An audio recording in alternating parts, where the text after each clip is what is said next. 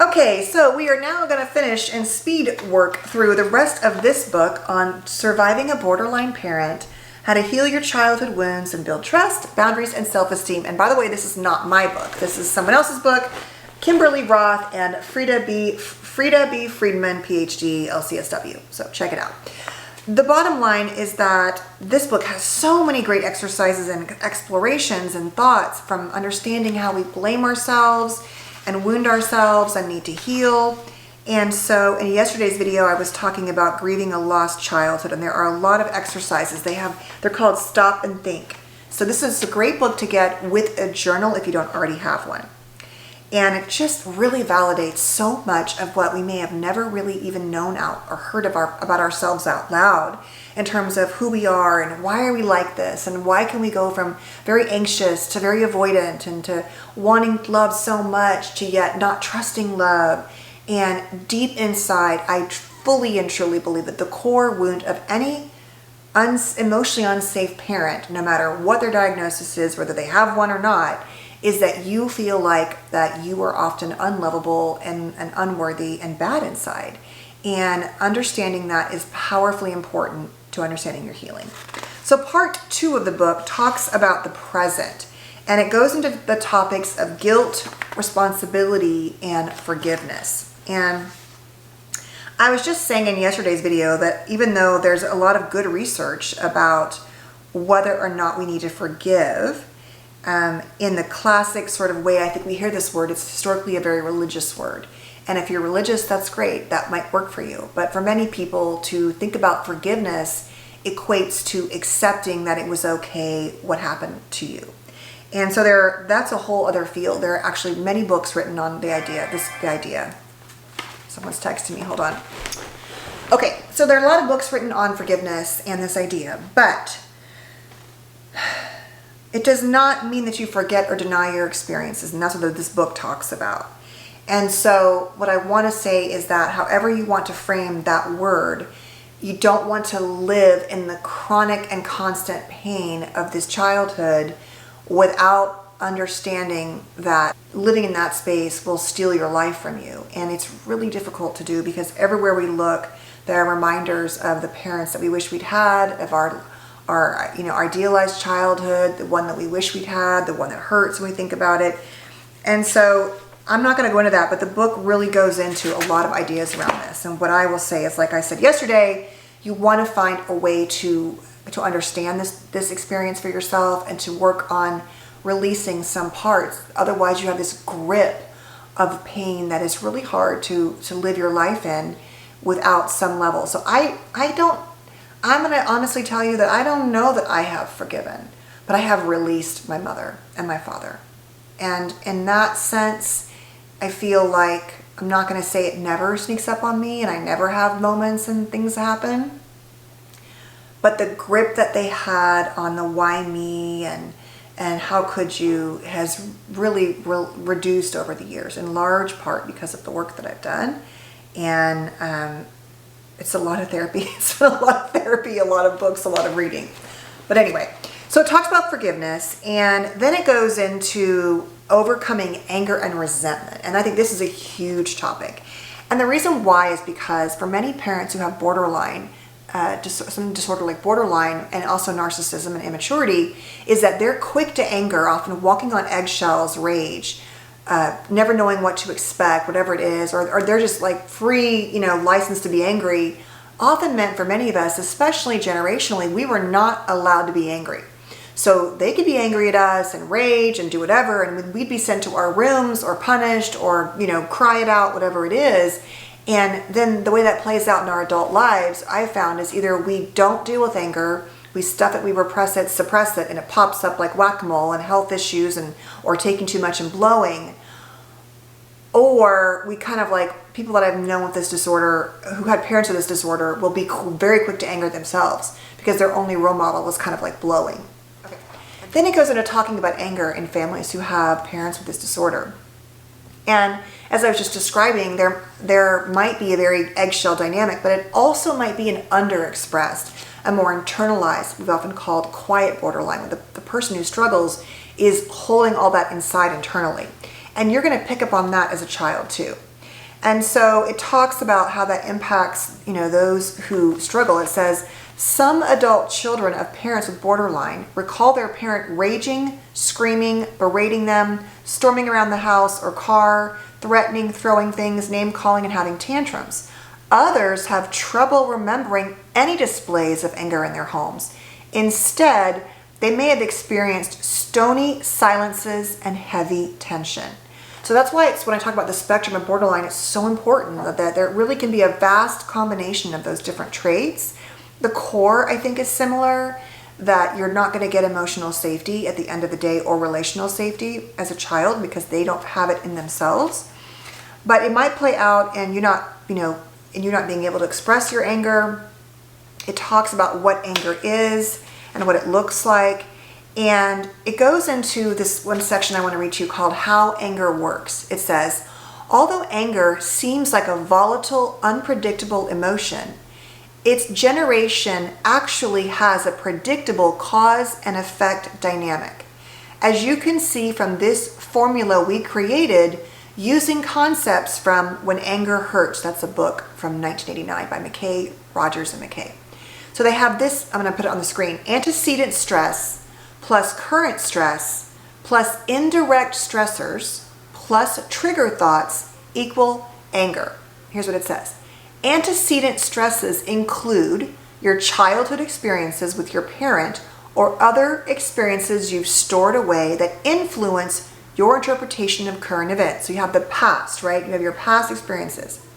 Then you have current stresses, which are painful emotions, unmet needs, or threats you're currently experiencing right now, and how you're interpreting those current events. Then it says, think of indirect stressors as aggravating factors not directly related to the stimulus or the current stress, but they're still affecting you. These are things like your hunger, your lack of sleep, if you're cold or hot, overstimulation, too much noise, large crowds. So kind of like what's happening in your body and the environment. And then it says, add trigger thoughts, that is, combine sparks that act as a catalyst to the mix we just described, and your stressors combine into a hostile effect. Common trigger thoughts include the following. I don't deserve this, but that's not fair. You deliberately set out to hurt me. You knew better and did it anyway. You're such a jerk, and then things like that. So it goes into understanding how to reframe the triggers, how to go through what it means to be angry, and knowing that you can't remove certain factors. If those are the factors that might contribute to an angry response, there are some things you can't control, right? And so it talks about looking at taking care of yourself to minimize your anger response. It looks at managing stress and things like that. And so it goes into looking at how to reframe, like I don't deserve this, for example, becomes I'm free to want what I want, but others are under no obligation to provide it to me, especially now that I'm an adult. Or, but that's not fair, which is a common trigger thought, can become neither of our individual needs is more important than the others. Okay, so basically there's a way to reframe these trigger thoughts. And so, for example, it goes into anger and beliefs around anger. And so I just want to read these to you as well. It talks about fact and fiction. For example, when you get angry, it means you must be overreacting to something. But the fact is, when you get angry, it may mean that you're responding quite normally to an appropriate stimulus. So it's not always that you're just out of control. It's there's an appropriate place for anger.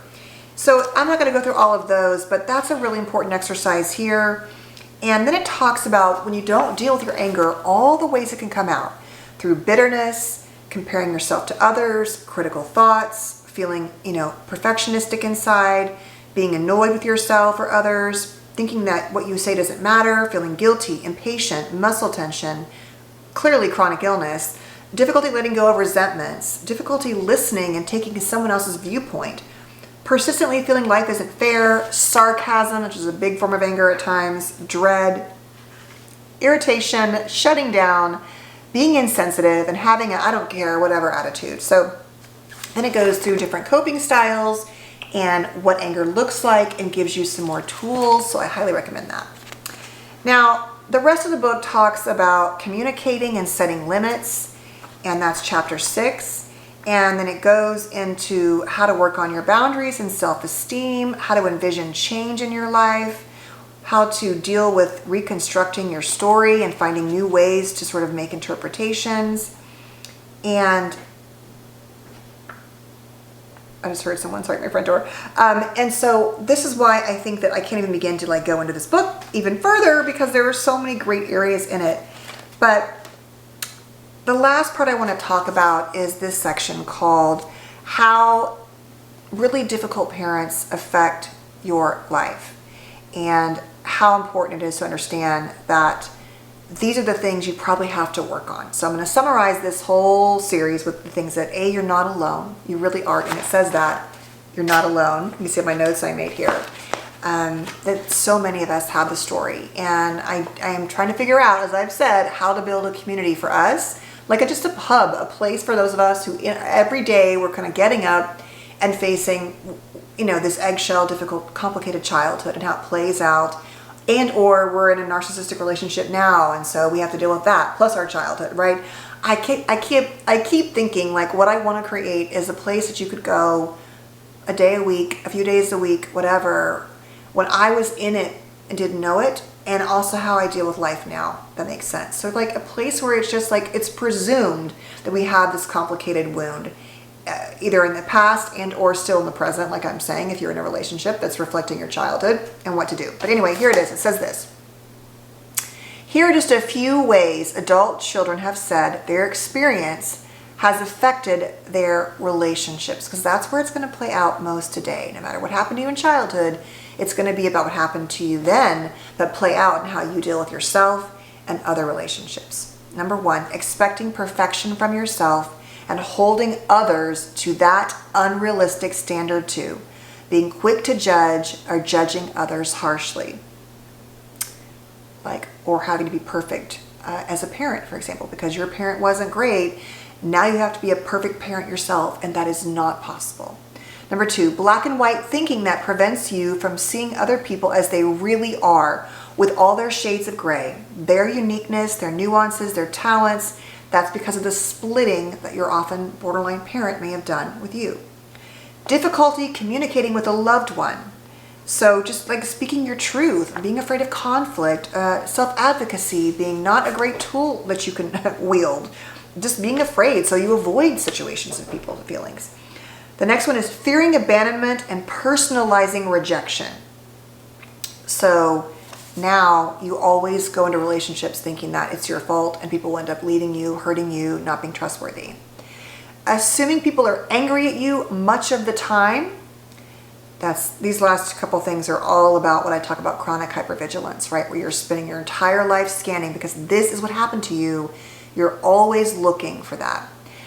Being overly achievement focused, I added these. Having an outside-in orientation, so overreading, being a compulsive caretaker, always looking to take care of others, just like you did with that parent. Being more likely to numb, to have addictions, to want to just dissociate and space out, whatever it is, to need to remove yourself because it's so overly triggering inside different dynamics. Having difficulty with touch, particularly unexpected or intimate touch. So it could just be hugging, it could also be in your relationships. Being disproportionately giving or not receiving in a relationship. So you're great at like being there and being the giver, but you don't really expect much in return and you've chosen a partner who's fine with that. Feeling responsible and guilty for others' moods and trying to fix them. So if like it's your job to be a mood fixer for everyone else and you're so great at reading your moods. Isolating, trust issues, and even your own risk taking. And so the book goes into just like all kinds of more exercises to work on. But I really want to, also really quickly using the lemon tool, which I have a video on the lemon technique. I'll link it here, which is important if you're still in the relationship with your parents. And that is what I've said in a million videos, is that you do all this work, but you cannot do all this work and not also deal with the actual relationship, the memory, the whatever it is of those parents. That has to shift too. Otherwise you are reenacting all of the trauma. You are literally doing it. And if you're someone who has to still live at home with this parent, like I get it, you may not have choices. So working on ways to disengage, how to try to set some boundaries. I have found that for parents who struggle with borderline, there are many who they don't want to lose you, and so they will make shifts. There are ways to make moves and to keep the relationship. And that is always my first recommendation, to try to do the work, to try to heal a relationship, try to have boundaries. And then if you can't do any of that, then to have a tea party relationship. And if you can't do that, then I do believe no contact works. I'm sorry, but there are cases where it is the safest thing to do. And I understand that that might be perceived in different ways. And contrary to people's posting, I do not encourage estrangement except for where it's needed. And if a parent is consistently wounding to you and won't change, you have every right to protect yourself. And that's the bottom line. Of course, repair is always the best thing. If you can repair, it's the thing that will help heal the most. Because even though it won't fix the childhood, it does a lot for the wounds now. Because we all want that. To have a parent look you in the eye and say, I am so sorry, I messed up, I hurt you, and I don't want to make excuses, but I want to have a better relationship with you. Like, that's the dream. So I always encourage that first, to come to terms with who they are, to accept what they can give you and what they can't, can be really profound and helpful, because oftentimes there's still good love there. There may not be, but for me, I arrived at a place at 50 years old where it just got worse and worse and worse. And frankly, the most damage that was done, that I have the strongest experience of memories, was done in my adult life when I was having children, and then done to me in front of and to my children. So yeah, contrary to popular belief, that is abuse and it can't be tolerated. And if a person, I don't care who they are in your life, will not respect your boundaries, trust, and self-esteem, you don't have that, you don't really have a relationship. I'm sorry, but you don't. So, you know what you need to do. It is your decision to make. I just want you to have all the information, facts, and tools, and to know that you're not alone, that there are resources, and that you deserve to be seen and heard. Just like I do. And when I understood this disorder, it changed my life. It changed my understanding so much. I'm smiling because it's so painful, but I feel so happy that I no longer think it's all my fault. Like, I would be like, my whole thing was to try to be the good child, be the good person. And all the parts of my life, I was overly that way, and I took way too much, and I shouldn't have. And once I understood that, it empowered me with my mom to be like, this is her, and this is you. We are not the same. I have my imperfections and my traumas and my places I screw up, but I am not this. And I will spend the rest of my life making sure that I don't do these things. And when I do make mistakes, I try to own them and repair them. That's all we can do. And that is a huge part of this. It's not saying you can be hurtful and just keep saying you're sorry. But you have to also make shifts. So that's important with your parent as well. So I think I ranted again today. Anyway, I'm kind of fired up. So I am so glad you're here. I appreciate you so, so much. I love how you guys have responded to me, how you all have responded to me. It really does mean a lot to me. And it's this weird little relationship we have. Like, no one else in my life, my kids don't care about my social media. I mean, they're proud of me on TikTok or whatever here. Like, that's great, Mom, but like, they're not making content. They don't care. I am making some new friends, hopefully down the road in this area. One of the things I'm doing right now really quickly is I was asked with some top 25 amazing creators to be on this month-long seminar with Harvard Public Health, where we're getting these amazing seminars by scholars and researchers from Harvard and other places, other just incredible humans that are sharing their knowledge with us, and hoping to have us help them spread, stronger messages around mental health and things like that. And so I'll be posting more about that, probably on TikTok as well as here. So anyway, thank you. Thank you so much. I really didn't think it was possible to have people I've never met before mean so much to me, but you do, and I thank you so much. And so I will see you tomorrow on my new video. That's not in this series anymore. So I hope it was helpful though. I really do. And I really would recommend the book. All right. Take care. Stay safe. Have a good day.